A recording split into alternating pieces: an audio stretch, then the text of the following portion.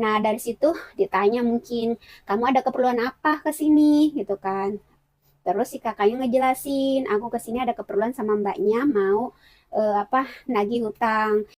Yang namanya data ini kalian yang tanggung jawab. Jadi kalau ada apa-apa tiba-tiba orang itu kabur dan nggak bayar, kalian yang dicari yang punya data. Hai guys, assalamualaikum warahmatullahi wabarakatuh. Welcome to back aku channel. Aku channel guys. Nah guys, sekalian aku mau review pelan yang dulu sama pelan yang sekarang. Ada perbedaannya guys. Tadi aku udah ngepel di ruang tamu di dapur. Sekarang tinggal di kamar-kamar aja sama di jalanan itu trotoar. Enggak guys, di jalanan itu di ganggang rumah ya. Ganggang rumah enggak tuh. Nah, jadi ada perbedaan guys dari pelan yang dulu sama pelan yang sekarang. Kalau dulu kan ada dua lubangnya, satu sama yang di sini bisa nampung air sama buat ngebersihin kain lapnya. Terus yang sebelahnya itu buat mengeringkan aja. Tapi kalau yang sekarang ini beda guys, coba lihat ya.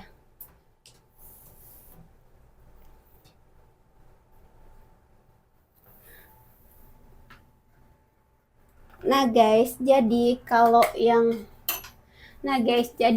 yang ini tuh, kalau yang dulu kan sebelah sini agak besar juga, kalau yang sebelah sini buat tampungan air dan sini buat mengeringkan. Jadi kalau yang ini sama cuma ada dua, cuma fungsinya itu cuma bisa yang ini bisa buat nampung air, tapi ininya nggak bisa masuk guys, tuh nggak bisa masuk ya. Kalau yang dulu kan kedua-duanya bisa masuk, kalau yang dulu itu dua-duanya bisa masuk, tapi ini enggak guys, cuma satu aja. Jadi di sini ada tombol. Nah, tombol ini kita pencet itu, lalu dia keluar airnya di sini guys. Nah, contoh ya, kayak aku ini, tuh kayak gini. Nah, dia itu ada airnya. Tapi kalau kita terus kayak gini, dia bisa kering, bisa menyusut, airnya nggak ada. Bisa menyusut ya, kayak gini. Tuh, kayak gini. Jadi kering airnya dan balik lagi airnya ke sini. Terus kalau kita mau nyuci kain pel ininya, kita harus tekan ini tombolnya kayak gini. Nah, air itu dia akan datang. Kayak gitu, guys. Jadi ada perbedaannya.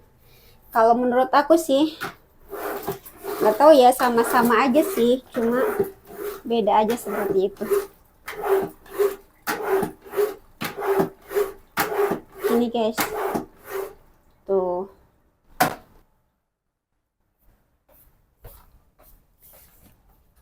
Nah, pelan di rumah kalian gimana guys? Ada yang sama nggak sama pelan di rumahku?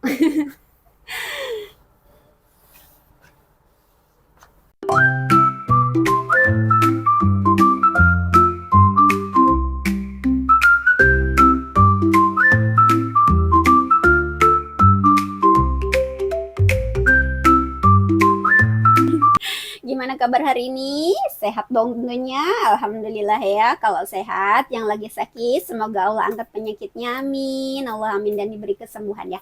Baiklah guys. Hari ini lagi bersemangat sekali, aku bersemangat. Jadi tadi habis selesai ngepel, nyapu, masak dan sebagainya. Sekarang tinggal nunggu waktunya jam untuk mengantar nasi buat si bocil ya. Ngomong-ngomong, ini tangan pada kering karena udah mau memasuki musim dingin ya. Jadi tangan itu kayak sisik guys, sisik ular itu yang bergantian itu pada garing. Kakiku juga semua sama dan garing, kering, pada kering kayak gitu. Dan kalau udah kayak gitu kan pada gatel ya. Jadi moreg.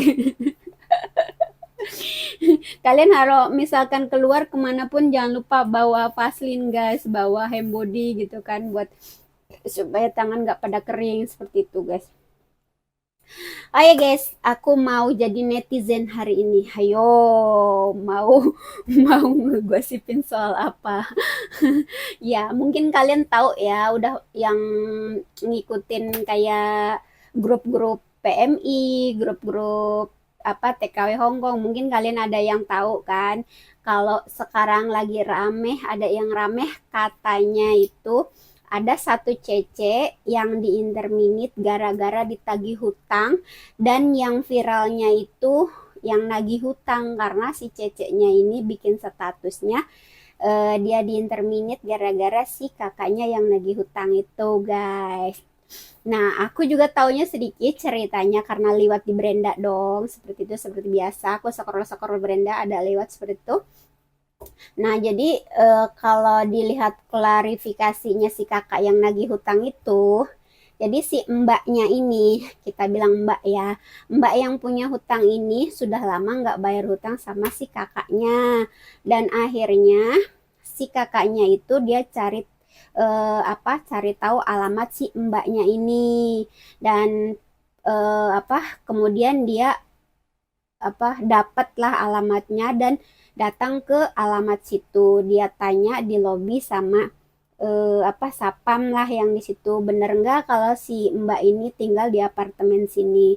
Dan kata si siapa si AI-nya ini yang jaga di situ, sapam, katanya iya betul, di sini ada ada satu cece gitu di situ.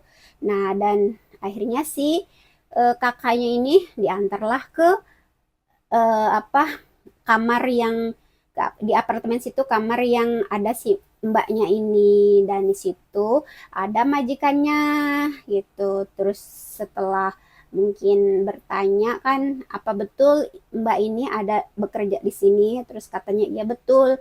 Terus tanyalah apakah itu ke teman kamu, kata mbaknya itu iya katanya. Nah, terus si kakaknya dipersilakan masuk. Dan tahu sendiri lah ya kalau orang sini itu kayak gimana sih, rumah sempit, dan kalau ada orang asing juga kan jarang banget yang persilakan duduk gitu kan.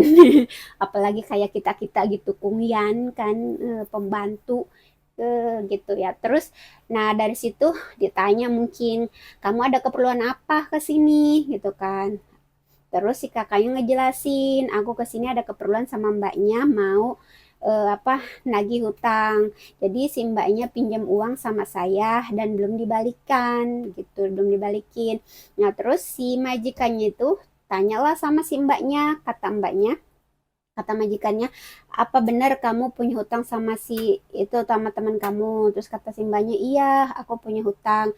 Nah, si majikannya ini tanpa berbicara banyak, langsung dia masuk ke kamar dan ngambil uang, terus diserahkan ke si kakaknya, lalu si kakaknya disuruh pergi keluar gitu.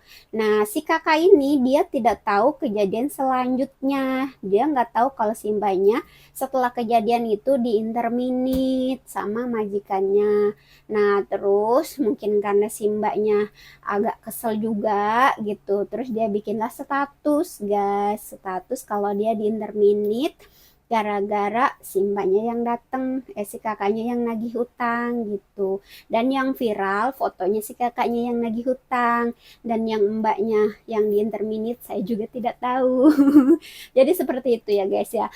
Kalau kalian pingin tahu ya bolehlah kalian cari-cari di Facebook ya, pasti banyak itu. Biasanya kalau lagi rame itu berseliweran kayak gitu guys ya.